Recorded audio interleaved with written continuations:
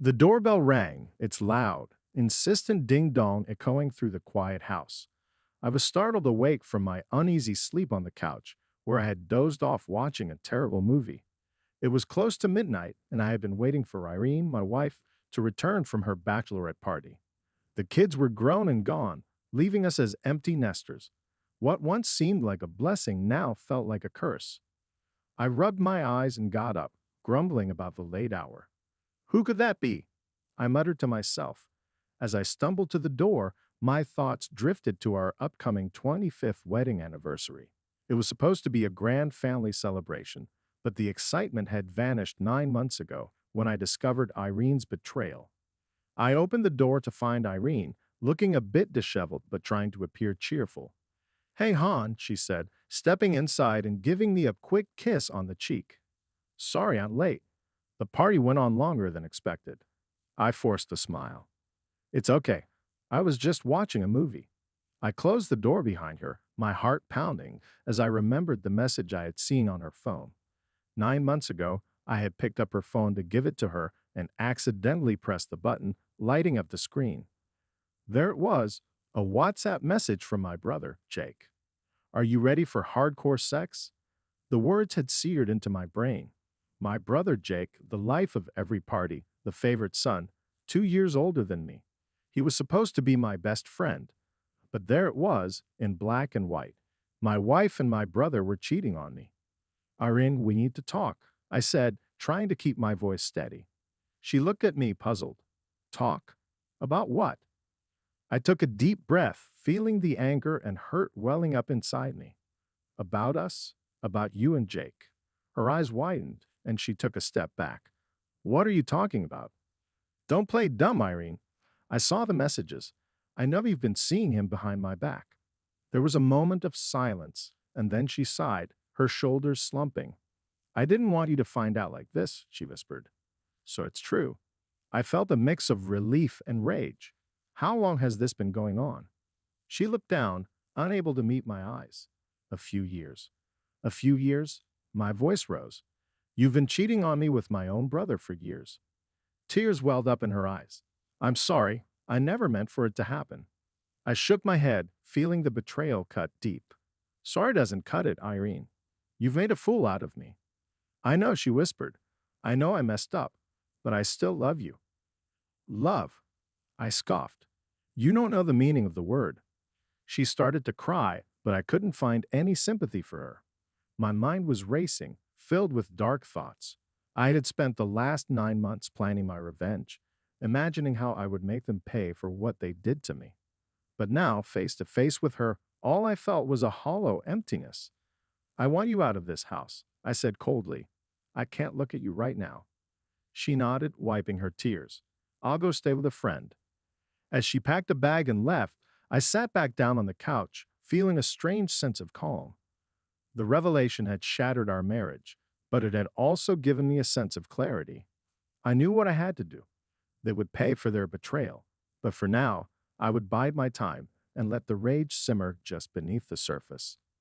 The door closed behind her, and I was left alone in the silence of the house, my mind filled with thoughts of revenge. The days after Iron left were a blur of anger and cold, calculated planning. My mind was a storm, full of dark thoughts and twisted ideas. I couldn't eat or sleep properly, consumed by the need for revenge. I spent hours in the quiet of our empty house, thinking of how I would make them pay. One evening, as I sat at the kitchen table with a cup of coffee, my friend Mark called. He didn't know about Iron and Jake yet. Hey, Tom, he said, his voice cheerful. How's it going? I forced a casual tone. Hey, Mark. Same old, same old. Want to grab a beer this weekend? Catch up a bit? I hesitated. I didn't want to be around anyone. Maybe next time, Mark. Got a lot on my plate right now. Everything okay? He asked, his tone changing to concern. Yeah, just busy with work stuff. I quickly changed the subject. I'll let you know when I'm free. After hanging up, I stared at the phone, my mind drifting back to Irene and Jake. I couldn't just confront them. That would be too simple, too easy. They needed to feel the fear, the betrayal, just like I did. My thoughts turned to various methods. poison. Too risky. An accident? Too complicated. Then it hit me, a gun. It was direct final. But I couldn't just shoot them out of the blue.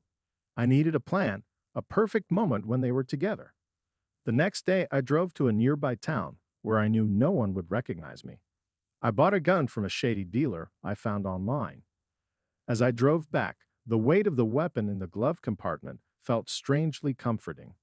Back home, I sat on the couch, the gun in my lap. I thought about our anniversary, just 3 weeks away. It would be poetic justice to do it then, to end our 25-year marriage with a bang. I imagined following Irene to her usual Friday night bachelorette party at the hotel. I would find out which room they were in, and then I would confront them. The plan settled in my mind, bringing a sense of calm. I would expose their affair and shoot them both. It was a stupid, reckless plan, but it was all I could think of. Later that evening, I called Irene. She answered on the second ring. Tom. Irene, we need to talk, I said, trying to keep my voice steady. She sounded wary. What is it? I want to know why, I said, the anger bubbling up. Why did you do it? There was a long pause. I don't know, Tom. I guess I felt lonely. Lonely? I laughed bitterly. You had me, but you chose my brother. How could you? I'm sorry, she whispered. I never wanted to hurt you. But you did, I said coldly. You hurt me more than you can imagine. I'm so sorry, she repeated. Can we just talk? Maybe we can fix this. There's nothing to fix, I said. I just wanted to hear it from you. I hung up, not wanting to hear her excuses anymore. The call had only strengthened my resolve. They would pay for what they did to me. I would make sure of it. As the weeks passed, I continued to plan. I watched Irene's movements, noting when she left for her parties when she returned. I imagined the confrontation, the look on their faces when they realized their time was up. The night before our anniversary, I couldn't sleep. I lay in bed, staring at the ceiling, the gun hidden in the drawer beside me. Tomorrow, it would all be over. Tomorrow, they would pay. Morning came and I got ready as usual, my mind a cold, focused machine. I followed Irene to the hotel, parked a few spaces away, and waited. She went inside and I followed, keeping a safe distance. I found out which room they were in by listening at the door of the hotel staff room. Room 245. My heart pounded as I approached the door. I could hear their muffled voices inside, laughing, unaware of the storm about to hit them. I knocked on the door, my hand steady despite the adrenaline coursing through me. The door opened. But before I could pull the trigger, the doorbell rang, breaking the moment. I turned, and there stood two policemen, their faces serious. Mr. Richards, we need to talk, one of them said. My plan fell apart in an instant, but the revelation that followed would change everything. Well, yes, I stammered, lowering the gun slightly. I'm Officer O'Reilly, and this is Officer Bukowski. May we come in? Confused, I nodded, stepping back to let them in. Irene and Jake quickly moved aside, fear and confusion etched on their faces. Officer O'Reilly cleared his throat. Mr. Richards, we have some difficult news. Your wife and brother were involved in a car accident earlier this evening. I blinked, trying to understand. What are you talking about? They're right here. The officers exchanged a glance before Officer Bukowski continued. There's been a mistake. We're here to inform you that they were indeed in an accident. Both of them. They didn't survive. A cold wave of shock washed over me. Irene and Jake stared at the officers, then at me, their confusion mirroring mine. What do you mean? Irene asked, her voice trembling. I'm sorry, ma'am, but we received confirmation from the morgue. The accident was severe. A truck driver fell asleep at the wheel and ran a red light, hitting their car. They didn't make it. My mind reeled. This couldn't be happening. I glanced at the gun in my hand, then back at the officers. Are you sure? I managed to ask. Officer O'Reilly nodded. I'm afraid so, sir. We need you to come to the morgue to identify the bodies. The room spun, and I felt lightheaded. Irene, who moments ago was ready to face my wrath, was now looking at me with a mix of fear and confusion. Jake, my brother, the man who had betrayed me, stood silently, processing the news.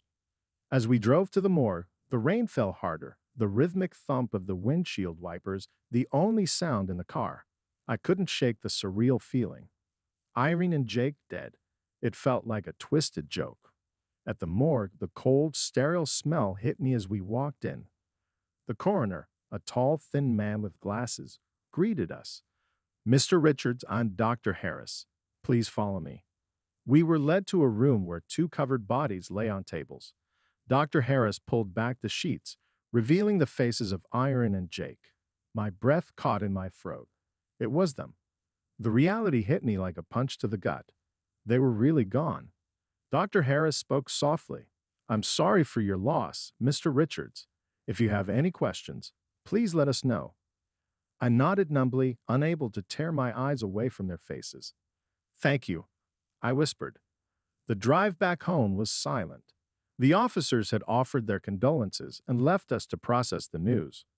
I sat in the living room, the weight of the gun still heavy in my lap.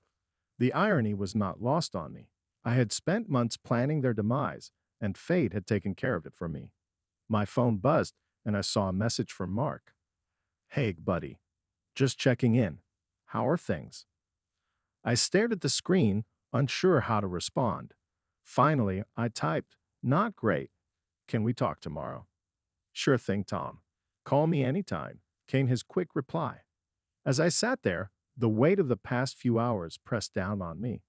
The rage and pain I had felt for so long were replaced by a strange emptiness. Irene and Jake were gone. I didn't have to carry out my dark plans. They were dead, and with them, the source of my torment. I stood up, placing the gun back in its hiding spot. The house felt quieter than ever, the silence almost deafening.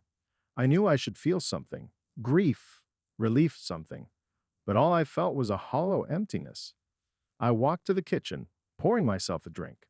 As I sipped the whiskey, the reality of the situation started to sink in. They were gone. I was freed from the betrayal, free from the constant reminder of their infidelity.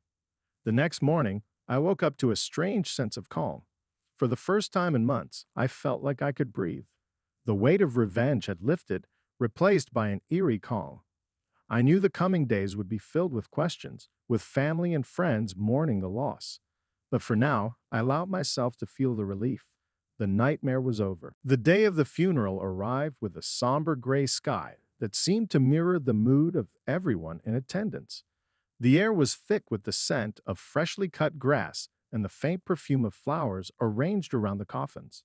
Friends and family gathered, their faces a mix of sorrow and shock. I stood by the coffins, feeling a strange sense of detachment. My suit felt heavy, and the collar of my shirt was too tight, but I barely noticed. I was too focused on playing my part, maintaining the facade of a grieving husband and brother. Sarah, Jake's wife, was inconsolable. She clung to me, her sobs racking her small frame. "Tom, I can't believe they're gone," she cried, her tears soaking my shoulder. "I know, Sarah," I said softly, patting her back. "It's hard to understand." I don't know how I'm going to get through this," she whispered, her voice breaking. "We'll find a way," I assured her. "We have to stay strong for their memory." As I spoke, I felt a pang of guilt. Sarah didn't know the truth about Jake and Irene, and she never would. To her, they were just victims of a tragic accident, not betrayers who had shattered my life. The service began, and I was called to give a eulogy. I walked up to the podium, my heart pounding. I took a deep breath and looked out at the sea of mournful faces. "Thank you all for being here today," I began, my voice steady despite the turmoil inside me. "We are here to remember Iron and Jake, two people who touched our lives in so many ways. Iron was a loving wife, a devoted mother, and a kind friend. Jake was a caring brother, a beloved husband, and a true friend." I paused, gathering my thoughts. Irene and Jake were taken from us too soon in a tragic accident that we still struggle to understand. But today, we are not here to dwell on their deaths. We are here to celebrate their lives, to remember the joy they brought us, and to find comfort in the memories we shared. As I spoke, I felt a strange calm wash over me. The words came easily, as if I had rehearsed them 1,000 times. I talked about Irene's laughter, Jake's sense of humor, and the love they had for their families. I painted a picture of two people who were loved and cherished, despite the dark truth I carried inside. After the service, we moved to the gravesite. The coffins were lowered into the ground, and everyone took turns throwing a handful of dirt onto them. The sound of the dirt hitting the coffins was final, a reminder that they were really gone. Mark approached me, his face etched with concern. Tom, if you need anything, you know I'm here for you. Thanks, Mark, I said, managing a small smile. I appreciate it. He nodded, squeezing my shoulder. You're strong, Tom. You'll get through this. I hope so, I replied, though my thoughts were far from hope. They were filled with a strange mix of relief and emptiness. Emily, my daughter, came up to me next. Her eyes were red from crying, and she hugged me tightly. Dad, I miss Mom so much. I know, sweetheart, I said, holding her close. I miss her too. Do you think we'll ever be okay? She asked, her voice small and fragile. We will, I promised, though I wasn't sure if I believed it myself. We'll find a new normal. As the crowd began to disperse, I stood alone by the graves, watching as the workers finished covering the coffins with earth. The finality of it all hit me, but instead of sadness, I felt a sense of closure. I turned to leave, taking one last look at the graves. Goodbye, Irene. Goodbye, Jake, I whispered. May you both find the peace you denied me. The drive home was quiet, the silence in the car a stark contrast to the chaos of my thoughts. When I arrived, I walked through the house, the emptiness even more pronounced. The photos, the memories, all felt like relics of a life that was no longer mine. I sat on the couch, staring at a picture of Irene and me on our wedding day. Her smile, once a source of joy, now felt like a distant memory. The anger and pain had been replaced by a hollow emptiness. That night, I slept deeply for the first time in months. The nightmare was over, and I was free to rebuild my life. As I drifted off to sleep, I felt a sense of peace. The past was behind me, and the future was mine to shape.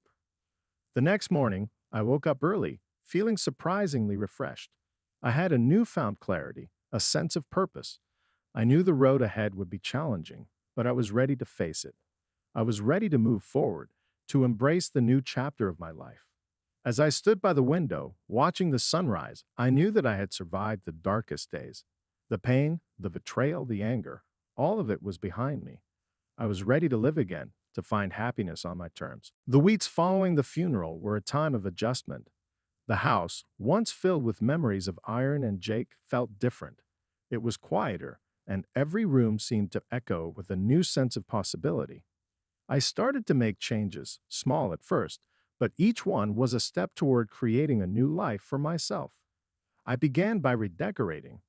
Irene's taste had been everywhere in the house, from the pastel-colored walls to the floral curtains. I repainted the walls in neutral tones and replaced the curtains with simple modern designs. It was a way to reclaim the space, to make it mine. One Saturday, as I was painting the living room, Emily came over. She stood in the doorway, watching me with a mix of curiosity and concern. Dad, what are you doing? She asked. I looked up from my work, wiping sweat from my brow. Just making some changes, Emily. The house needed a fresh start. She walked in, looking around. It looks nice. Different, but nice. Thanks, I said, smiling. How have you been? She sighed, sitting down on the couch. It's been hard. I miss Mom, but I'm trying to move on. I put down the paintbrush and sat next to her. It's okay to miss her, Emily. We'll always have those memories, but we need to look forward too. She nodded, leaning her head on my shoulder. I know. It's just weird without her. I understand, I said softly. But we're going to be okay. We have each other, and we'll get through this together. Emily stayed for a while, helping me with the painting. It felt good to have her there, to share this new beginning. As we worked, we talked about the future, about plans and dreams that had been put on hold. In the evenings, I found myself drawn to new hobbies. I started gardening, something I had always wanted to try, but never had the time for. The backyard became my sanctuary, a place where I could find peace and quiet. One afternoon, Mark stopped by, bringing a six-pack of beer. Thought you might need a break, he said, handing me a bottle. Thanks, Mark, I replied, opening the bottle and taking a long drink. How've you been? Busy as usual, he said, sitting down on the porch steps. But I've been thinking about you. How are you holding up? I shrugged, looking out at the garden. Better, I could guess. It's been strange, but I'm starting to find a new normal. Mark nodded. It's good to see you doing things for yourself. The garden looks great. Thanks. It's been therapeutic, something to focus on. He smiled, raising his bottle. To new beginnings. To new beginnings, I echoed, clinking my bottle against his. As the days turned into weeks, I began to settle into a routine. I went back to work, finding solace in the familiar tasks and the company of my colleagues. They were supportive, giving me space, but also checking in regularly. One morning, as I was getting ready for work, the phone rang. It was Sarah. Tom, I just wanted to check on you. How are you doing? I'm doing okay, Sarah.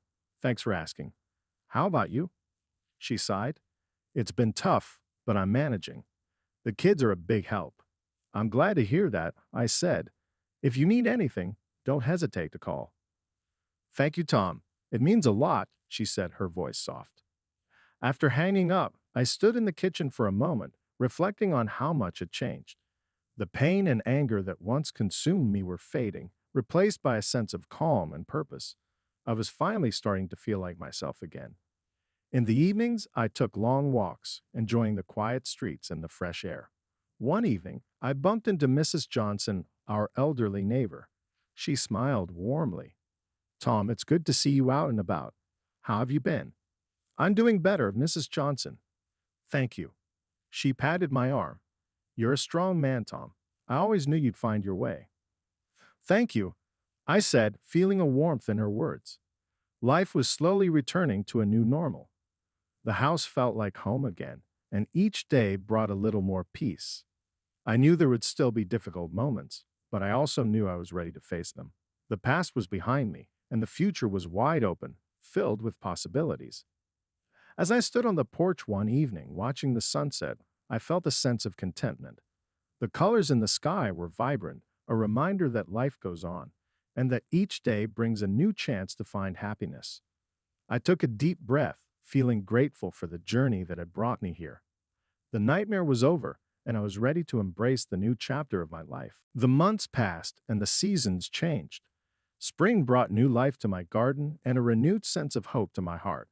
Each day felt like a step toward healing, and I began to embrace my new normal. One bright Saturday morning, I decided to visit the farmer's market downtown. The air was crisp, filled with the mingling scents of fresh produce and flowers. As I wandered through the stalls, I ran into Emily and her boyfriend, Jack. Dad, Emily called out, waving me over. Hey, sweetheart, I said, hugging her. What brings you two here? We were just picking up some veggies for dinner, she said, smiling. How about you? Just enjoying the morning, I replied. It's a beautiful day. Jack grinned, holding up a basket of strawberries. Want to join us for dinner tonight, Mr. Richards? We're making pasta. I hesitated for a moment, then smiled. Sure, that sounds nice. Thanks for the invite. That evening, I arrived at Emily and Jack's apartment with a bottle of wine. The smell of garlic and tomatoes greeted me as I walked in. Emily was stirring a pot on the stove, and Jack was chopping vegetables.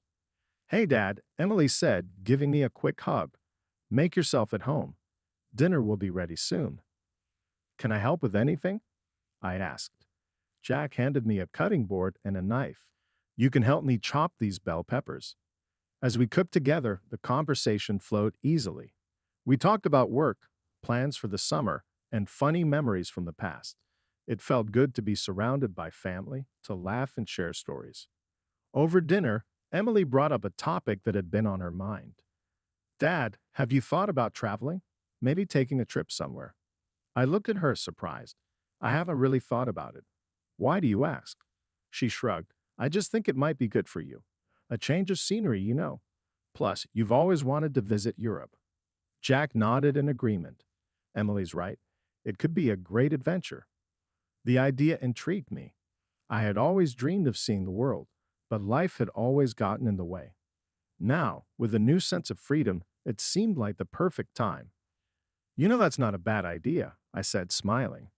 Maybe I will plan a trip. Emily's face lit up. That's great, Dad. You deserve it.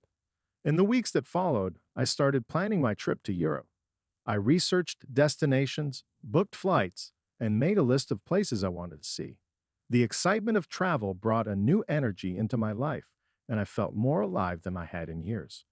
One evening, as I was packing, Mark called. Hey, Tom, I heard you're planning a trip. That's fantastic. Yeah, I'm really looking forward to it, I said. It's something I've always wanted to do. Well, if you need any tips, let me know. I traveled through Europe a few years back. There are some amazing places you have to see. I'll definitely take you up on that, I replied. Thanks, Mark. As my departure date approached, I felt a mix of excitement and nervousness. Traveling alone was a new experience for me, but it was also a chance to rediscover myself. The day finally arrived, and I boarded the plane with a sense of anticipation. The flight was long, but I spent the time reading and dreaming about the adventures ahead. My first stop was Paris. The city was everything I had imagined and more. I wandered through the narrow streets, visited the iconic landmarks, and enjoyed the delicious food.